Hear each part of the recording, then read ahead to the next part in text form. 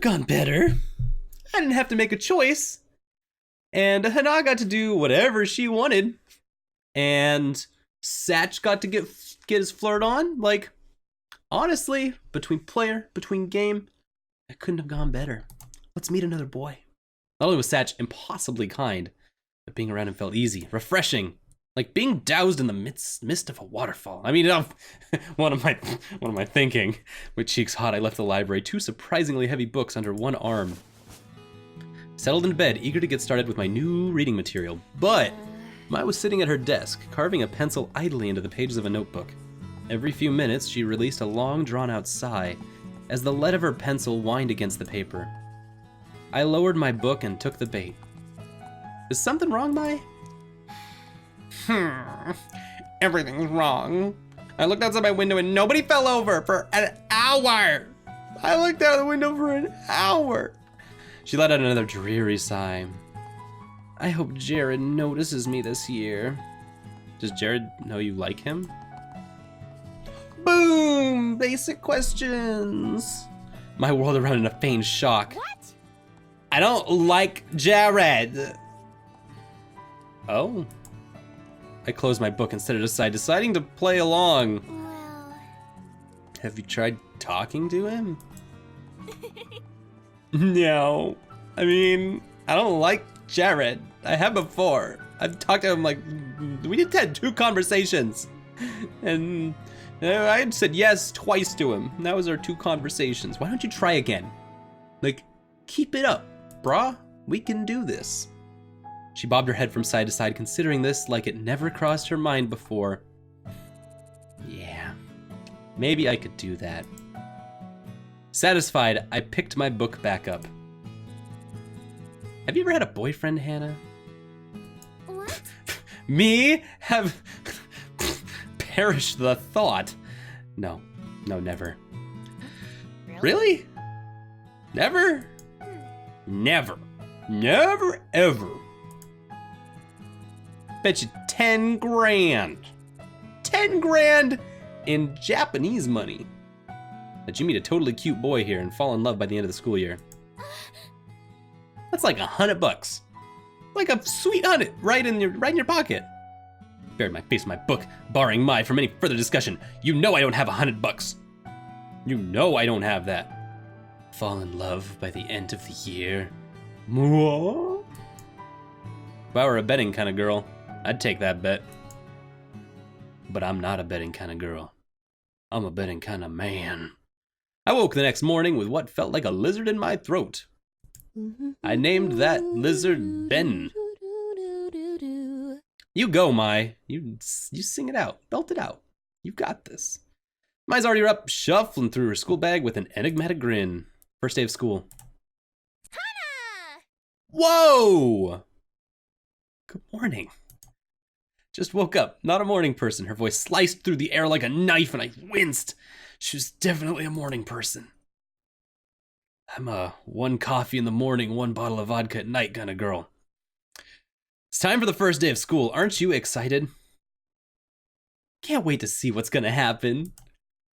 What do you mean? Is something special happening today? Yeah, it's the elimination ceremony. Half the class has gotta go. Oh, something strange always happens on the first day of school, especially to someone like you. She winked. What? What are you talking about? Uh-huh.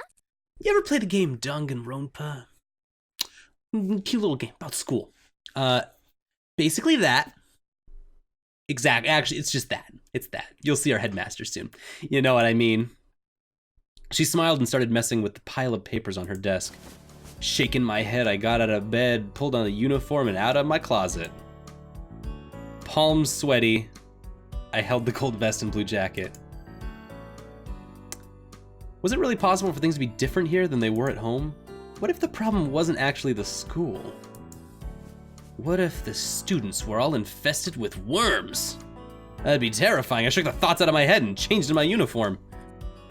Oh. What is it? You look so cute! Really? Shaw, really? Heat crept up my neck. Yeah. Shaw, really? Your hair matches your uniform so well. You look like a flower blooming straight out of the ground. Yeah, thanks. Water stung to the back of my eyes, and I turned to start packing my backpack. Why was I getting worked up about something as little as this? I must have gotten less sleep than I thought. Secret my route. That's why you're getting worked up about this, Hana. College days! Something wrong? No, nothing's wrong. I'm just happy.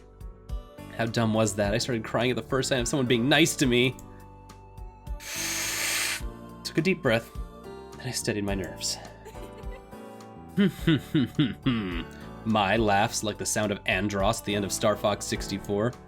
What an oddly menacing laugh, thud. All the air left my lungs as something like horse hooves slammed against my back. This time they put 2 quarters in the letter. You'll do just fine. Don't worry, this is gonna be awesome. I stiffly peered over my shoulder. Stiffly peered over my shoulder. That was you? From what pocket dimension did you produce those hands with? What? Huh? Mai stood behind me, her hand raised. Somehow she had the strength of a bodybuilder. You know what? Nothing. Nothing. I was just about to zip my bag up when I spotted the book Satch gave me lying on my nightstand. The Princess Betrothed. He said that if I ever needed to be transported somewhere far away, I could take it with me and be transported far away. It's pretty good so far. Maybe it would be smart to bring it along, just in case I had no one to talk to between class periods. Would I need it for my first day of class? If we take it, Sat's gonna know. If we leave it behind, Sat's gonna know.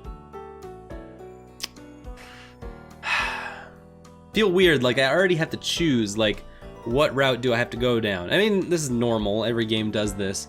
Right after you meet the boys, it's like, game's on, let's go. But there's just so many options. There's just so many options. And I'm not sure what I want to do about that. But I think I do know. I think I do know because as much as I like Satch Boogie, I'm not really interested in where that nice, I don't think I want to find like just a nice guy kind of, I don't want to go down that storyline for this game specifically. Whereas I usually would. But I think I want something with a little more edge to it today. Because we've been doing that a lot lately. And I want to get into a story with a little bit of like, maybe just some zaniness, some wackiness, some spice.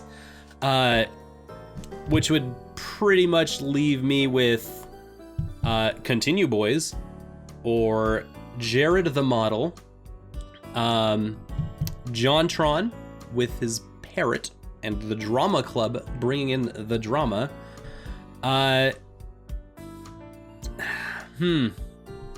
Maybe others.